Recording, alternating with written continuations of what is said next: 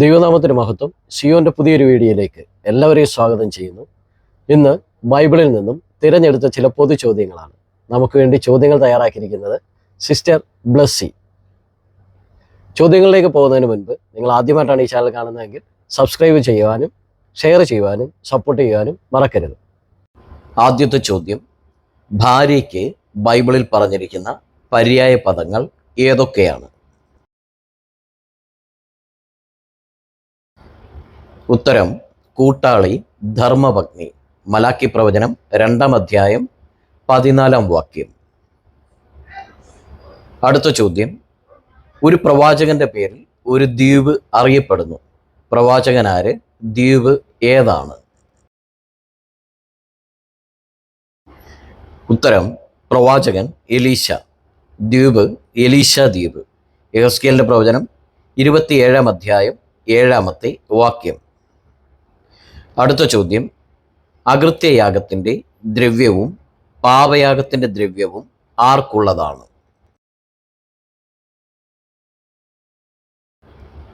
ഉത്തരം: പുരോഹിതന്മാർക്ക്. 2 രാജാക്കന്മാർ 12-ാം അധ്യായം 16-ാമത്തെ വാക്യം. അടുത്ത ചോദ്യം: ദൈവം ഭൂമിയെ തൂക്കിയിരിക്കുന്നത് എവിടെയാണ്? ഉത്തരം: നാസ്തിത്വത്തിന്മേൽ. ഇയ്യോബിന്റെ പുസ്തകം 26-ാം അധ്യായം 7-ാമത്തെ വാക്യം.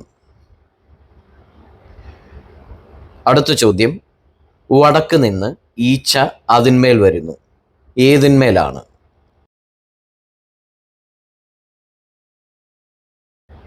ഉത്തരം: മിസ്രയീമിന്മേൽ.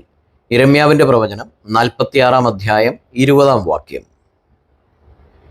അടുത്ത ചോദ്യം: തുമ്പുകെട്ടവരും നിസ്സാരന്മാരുമായ ആളുകളെ കൂലിക്ക് വാങ്ങി അവർക്ക് നായകനായി തീർന്നത് ആരാണ്? ഉത്തരം: അബീമേലേക്ക്. ന്യായാധിപന്മാരുടെ പുസ്തകം 9-ാം അധ്യായം 4-ാമത്തെ വാക്യം. അടുത്ത ചോദ്യം: ഹൃദയത്തെ കെടുത്തുകളയുന്നത് എന്താണ്? ഉത്തരം: കൈക്കൂലി. സഭാപ്രസംഗിയുടെ പുസ്തകം 7-ാം അധ്യായം 7-ാമത്തെ വാക്യം.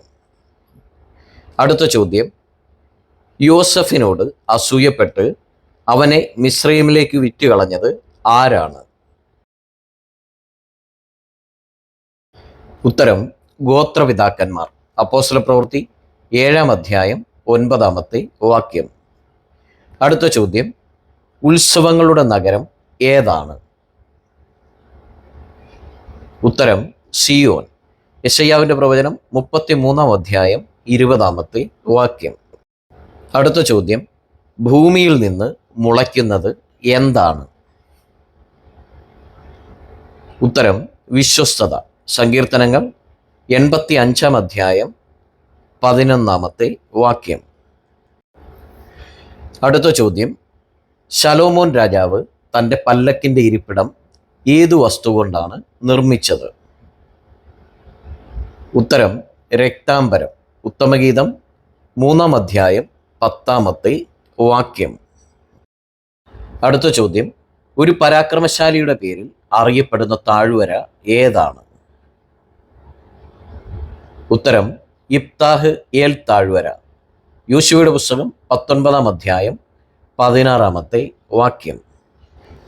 അടുത്ത ചോദ്യം: ഗബ്രിയേൽ എന്ന പുരുഷൻ എപ്പോഴാണ് ദാനിയേലിനോട് അടുത്തു വന്നത്? ഉത്തരം: ഏകദേശം സന്ധ്യായാഗത്തിന്റെ നേരത്ത്. ദാനിയേൽ പ്രവചനം 9-ാം അധ്യായം 21-ാമത്തെ വാക്യം. അടുത്ത ചോദ്യം: സംസാരിച്ചപ്പോൾ വിറയലുണ്ടായത് ആർക്കാണ്? ഉത്തരം: എഫ്രയീമിന്. ഹോശേയുടെ പ്രവചനം 13-ാം അധ്യായം 1-ാമത്തെ വാക്യം. അടുത്ത ചോദ്യം: അസംഖ്യം സമൂഹങ്ങളെ എവിടെയാണ് കാണുന്നത്? ഉത്തരം: വിധിയുടെ താഴ്വരയിൽ. യോവേലിന്റെ പ്രവചനം 3-ാം അധ്യായം 14-ാമത്തെ വാക്യം. അടുത്ത ചോദ്യം: വചനപ്രകാരം എങ്ങനെയുള്ള വസ്ത്രമാണ് ധരിക്കാൻ പാടില്ലാത്തത്? ഉത്തരം 2 വക സാധനം കലർന്ന വസ്ത്രം. ലേവ്യ പുസ്തകം 19-ാം അധ്യായം 19-ാമത്തെ വാക്യം. അടുത്ത ചോദ്യം, 6-ാമത്തെ ദൂതൻ തൻ്റെ കലശമൊഴിച്ചത് എവിടെയാണ്? ഉത്തരം യൂഫ്രട്ടീസ് എന്ന മഹാനദിയിൽ. വെളിപ്പാട് പുസ്തകം 16-ാം അധ്യായം 12-ാമത്തെ വാക്യം. അടുത്ത ചോദ്യം, യഹോവ ശമ്മ എന്ന വാക്കിൻ്റെ അർത്ഥം എന്താണ്? ഉത്തരം യഹോവ അവിടെ. യെഹെസ്കേലിന്റെ പ്രവചനം 48-ാം അധ്യായം 35-ാമത്തെ വാക്യം. അടുത്ത ചോദ്യം, പൗലോസ് മിലേത്തിൽ രോഗിയായി വിട്ടേച്ചു പോന്നത് ആരെയാണ്?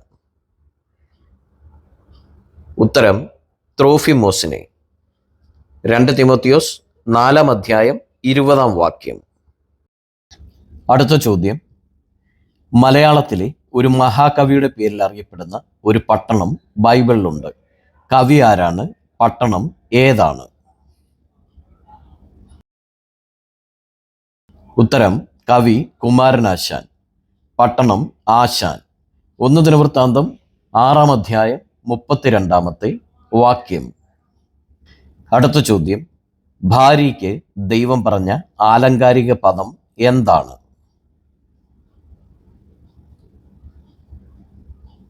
ഉത്തരം കണ്ണിൻ്റെ ആനന്ദം.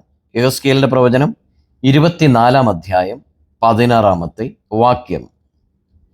അടുത്ത ചോദ്യം, ഞാൻ യേശുവിൻ്റെ പ്രധാന ശിഷ്യന്മാരിൽ ഒരാളാണ്, എന്നാൽ എൻ്റെ പേരിൽ ഒരു സ്ഥലം പ്രവചന പുസ്തകത്തിൽ കാണുവാൻ കഴിയും.